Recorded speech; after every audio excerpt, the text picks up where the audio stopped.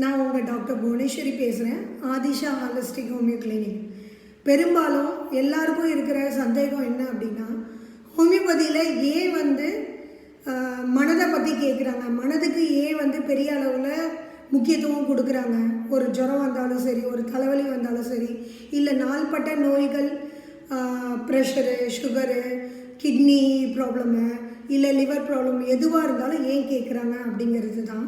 அதுக்கு காரணம் என்ன அப்படின்னா, ஹோமியோபதியில் ஹாலிஸ்டிக் அப்ரோச் அப்படின்னா என்னென்னா, உடல் வேறு மனம் வேறு கிடையாது. மனம்ங்கிறது இதயம் கிடையாது. மனம்ங்கிறது மூளை சம்மந்தப்பட்ட எண்ணங்கள், செயல்கள். அப்போது ஒரு உடம்பு ஒரு மனிதனுக்கு நன்கு இயங்கிறதுக்கு, உயிரோடு இருக்கிறதுக்கே மூளை எவ்வளோ முக்கியமோ, அதே அளவுக்கு மூளை ஏற்படுத்துகிற எண்ணங்கள், செயல்கள் ரொம்ப முக்கியம். அப்போது நம்ம உடம்புல ஒரு நோய் வருது அப்படின்னா, அது என்னதான் எதிர்ப்பு சக்திக்கு சம்மந்தப்பட்ட விஷயமா இருந்தாலும், மனது பாதிப்பு அடையாமல், எமோஷ்னலாக நம்ம டிஸ்டர்ப் ஆகாமல் கண்டிப்பாக ஒரு நோய் வராது. அந்த காரணங்களால் மட்டும்தான் ஹோமியோபதியில் மனதுக்கு முக்கியத்துவம் கொடுத்து கேஸ் எடுக்கிறாங்க. இப்படி எடுத்து இதுக்கு தகுந்த மாதிரி ஒவ்வொருத்தரோட உடல்வாகு, மனவாகு, அவங்களோட குண அதிசயம் தெரிஞ்சு, இது ஏன்னா ஒவ்வொருத்தரோட குணங்கள் தான் ஒவ்வொருத்தரையும் தனித்தனியாக வேறுபடுத்துது.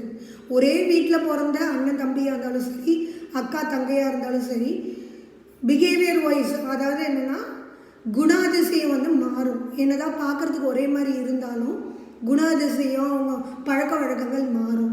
அப்போ ஒரே குடும்பத்தில் இருக்கிற சிஸ்டர்ஸு, பிரதர்ஸ்குள்ளாரே இவ்வளோ மாற்றங்கள் இருக்குது அப்படின்னா, அப்போ எங்கேயோ பிறந்து எங்கேயோ வளர்ந்து தனித்தனியாக இருக்கிற ஒவ்வொருத்தர்கிட்டையும் தனித்துவம் இருக்கும். அந்த தனித்துவத்துக்கு ஏற்றவாறு நம்ம மருந்துகள் ஹோமியோபதியில் கொடுக்கும்போது நல்லா வேலை செய்யும், பரிபூர்ணமாக குணமாகும். இது மாதிரி ஹோமியோபதியில் தேவையான விஷயங்களை தெரிஞ்சுக்கிறதுக்கும், உடலை எப்படி நம்ம பாதுகாக்கணும் அப்படிங்கிற விஷயத்தை தெரிஞ்சுக்கிறதுக்கும் என்னோடய யூடியூப் சேனல் அண்ட் இன்ஸ்டாகிராம் பேஜை தொடர்ந்து ஃபாலோ பண்ணுங்கள், சப்ஸ்கிரைப் பண்ணுங்கள்.